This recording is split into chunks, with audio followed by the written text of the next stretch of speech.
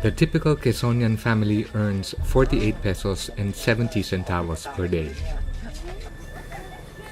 Because of financial difficulties, they often delay getting medical attention when needed, and only do so when their ailment is grave or worse, when they are near death.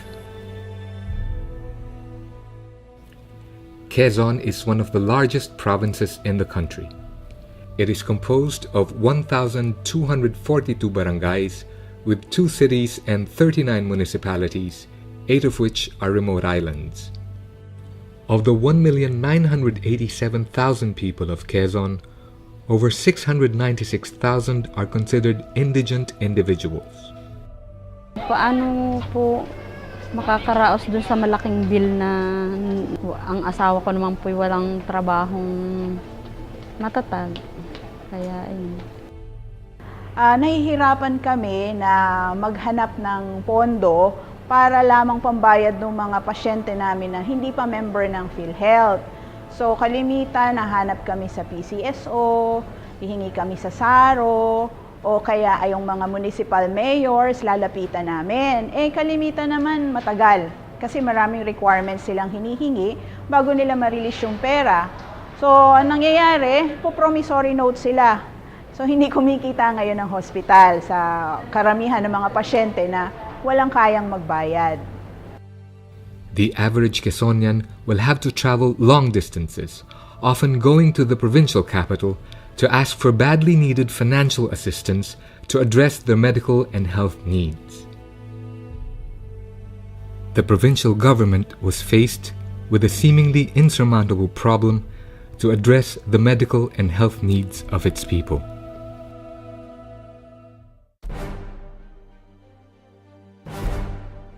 Lingap Kalusugan sa Barangay's objective is to provide better access to healthcare through the decentralization of health assistance. The program started in 2011 when the provincial government distributed 50,000 pesos worth of health coupons to each of the 1,242 barangays with an initial investment of 64 million pesos. Through the Lingap Kalusugan sa Barangay program, the Quezon government efficiently ensured help was delivered to those needing medical assistance at the date and time they require it. Ang ginagawa po namin, sir, pagka meron pong naday sa akin, unang-una po tinitingnan ko muna kung talagang kailangan nila ang coupon, sapagkat hindi naman po kailangan sa atin na kung minsan yung mayayaman ay nakikihingi din. Tinitingnan po namin ang katatayo ng may sakit. Pinadadala ko sa ospital at pag nandoon po, ako po ay nasunod para malaman ko po kung ilang coupon ang pwede pong maibigay sa kanya. Na-encourage po yung mga pasyente na lumapit sa amin para magpakonsulta na mas maaga na iba po yung health-seeking behavior nila kasi confident sila na meron silang dalang coupon na pwedeng ipagbili ng gamot dito sa aming pasilidad or center. Nalaman ko po yung coupon dahil sa aming barangay captain. Kasi po manganganak ako doon po sa amin ay lahat po ng mga nagbubuntis ay binibigyan niya ng coupon. Ito yung mahirap na pasyente na may dala ng coupon. Para bang magaan na sa loob niya na ito na, ako'y may sakit, mabibigyan na kaagad ako ng gamot. Kasi lalo na sa outpatient, dati itataboy namin sa social worker, tapos babalik na naman sa akin. Yung gano'n. Ngayon na, diretso na sa pharmacy. Nandun na yung coupon, nandun na yung pambayad, uuwi na si pasyente pagkatapos. Mas regularized na ngayon ang pagbibigyan ng coupons. Nakikita na namin na talagang indigent yung binibigyan ng coupon. No persons admitted in the private rooms are given coupons. Those patients na nasa charity wards at talagang nakikita mo namang mga halos wala nang ipamasahe papunta sa ospital, sila ang may coupon. The health coupons can be used as payment not only for medicines and medical supplies, but also for laboratory services, diagnostic imaging, and other hospital charges such as room and board and other hospital fees. Napakalaki po dahil unang-una nga po yung pagpapalaboratory ko dito sa loob, ito po ay yun po ang binayad ko. At saka po yung pambili ng gamot ko, yun din po ang binayad ko yung health coupon. Tsaka yung bill ko rin po dito sa hospital, yun rin po ang ibayad ko po. Kaya napakalaki po talaga yung naitulong nito sa akin, health coupon po. Sobra po, napakalaki pong tulong. Imbis po na gagamitin yung pera na nakalaan na panganganak ko ay dahil po sa coupon ay hindi na, sa iba na nagamit. Malaking malaki po ang naitulong sa amin. Dahil hindi na po namin kailangang umutang pa para makalabas ng ospital. Ako po ay nagpapasalamat muna sa ating pong minamahal at pinagalang at kagalang-galang na Gobernador Gigi Suarez. Sapagkat sa kabila po ng hindi ko siya dinala, pero sa tingin ko po ay natutuwa din ho kami sapagkat wala po siyang pinipili. Nakita ko po sa kanya na kahit hindi niya katikit, ay patuloy na patuloy yung kanyang pagbibigay ng mga programa, yung mapagtulong sa mga mahirap natin pong mga kababayan. With the Lingap Kalusugan sa Barangay program of the provincial government, the people of Quezon are assured of the highest quality healthcare that is available to all.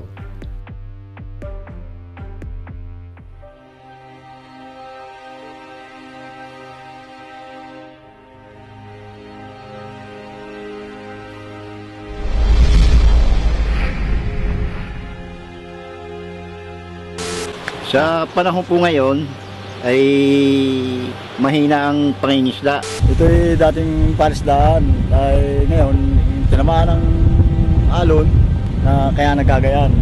Una ay madali ang pangingisda dahil ang mga kahoy namin dito sa barangay halos maubos na. Gawa nga ng pinapuputol at pinagbabawal nga yung magputol sa tabi ng ilog ay medyo mahirap na ang panghuhuli ng isda.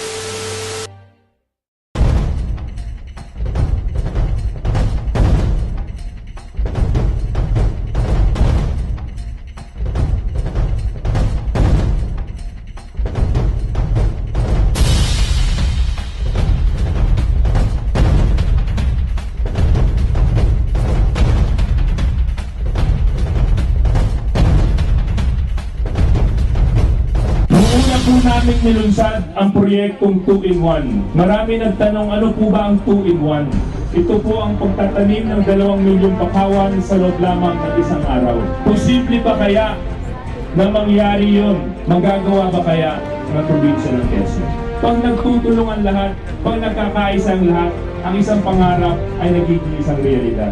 At ngayon, subukan natin at tignan natin kung hanggang saan ang pagmamahal at pagpapahalaga ng lalawigan ng Quezon pagdating sa ating kalikasan. 34 municipalities, 167 coastal barangays, 22,000 Quezonians will plant 2 million mangroves in 221 hectares. Wala pa pong makakapagsabi na sila ay nakapagtanim ng ganong karaming bakawan sa isang araw. Lalawigan ng Quezon lamang ang makakapagsabi na tayo ang nakapagtanim ng 2 milyong bakawan sa lamang sa isang araw.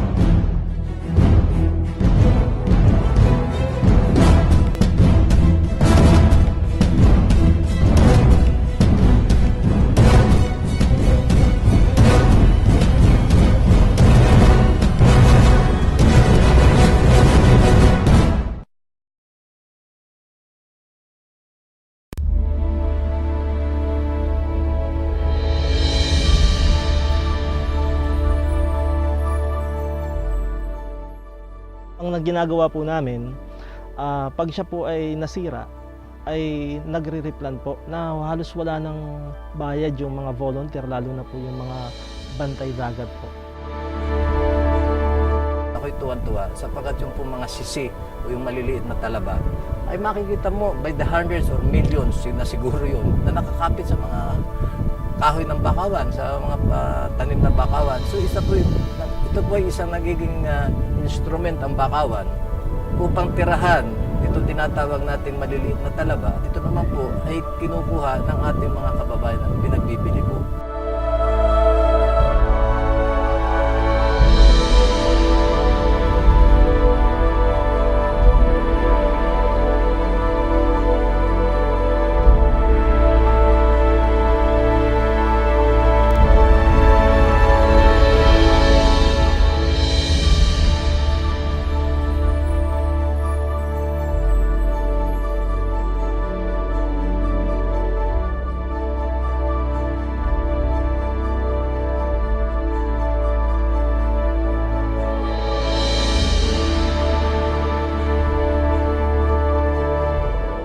Ilang beses pa po ito naulit.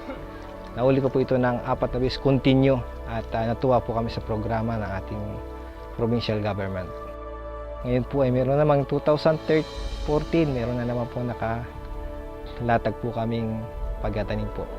Sapagkat nung makita po namin na sinalanta po ng bagyo, iba't iba po natin lugar, pero itong makita po ng bakawan, napakatibay po. Diyan po sa mga mangrove ay kami po ay mga kalimitan naman po ang nag-illegal ay yung mga naglalambat minsan ay nagkakamali. Doon pa mismo po sa tanim ng mga bakawan. Kaya nga po, halos linggo-linggo o araw-araw ay kami nasa dagat. Kaya po para mabantayan po yung ating mga tanim na mga bakawan. Sa ano po ngayon, katulong po yung mga isla po namin na marami po silang nahuli sa tulong po siguro ng bakawan na sa mga alimasag po. Bukod po sa alimasag, may limango, may hipon. Tapos sa akin man po, ako po nag-iisda. Mga bana, mga aligasin po, yung mga balawis, sari-sari po, mga bugaong, sari-sari po isla na rumatabi na hinuhuli namin. Noon po ay talaga pong napaka-kunti, 1 kilo, ngayon po ay may mga 7 kilo, 8 kilo na huli.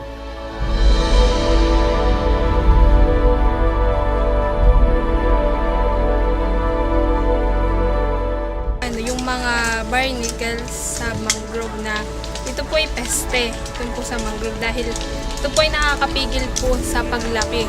Tapos pag hindi po naagapan yung pagtanggal, pwede po itong ikamatay ng mangrove.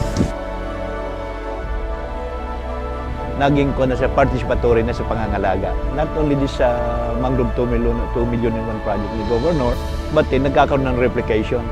Even other agencies, national government agencies, the DNR, even BIFAR, ay nagkaroon na rin ng interest na magpatanim.